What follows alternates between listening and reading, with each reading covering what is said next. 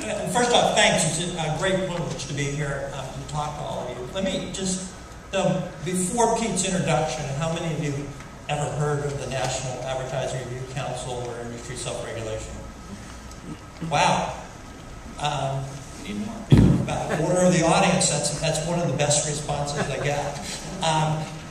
And I think there are some historical lessons here as we move into the discussion of privacy. But, you know, this whole question, as Pete said, the reliability of advertising, truth or falsity, has been on the public and the government and the industry's radar scope for almost 50 years now. And one of the things the industry did in the early 70s to address what were really very fundamental concerns about advertising was to create this great self-regulatory system that I now have the opportunity to be the CEO of, which basically monitors all forms of advertising for truthfulness and adjudicates claims in all forms of advertising for truthfulness. And just as full disclosure, before I started that job, I spent 33 years at the FTC, where I investigated advertising and brought advertising cases. And so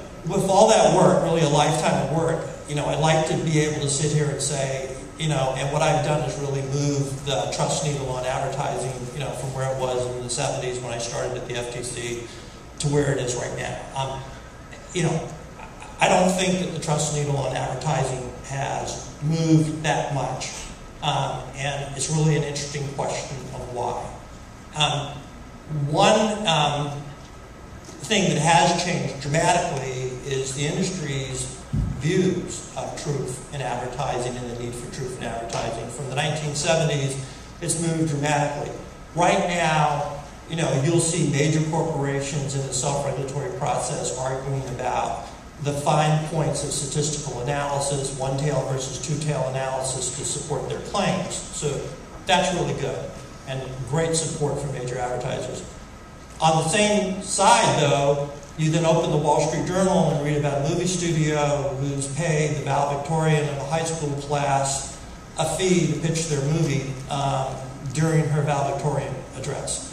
So one really cancels out the other. And I think one of the great things to talk about in this panel is how we take what we've learned about self-regulation and truthfulness of advertising and apply it to this issue.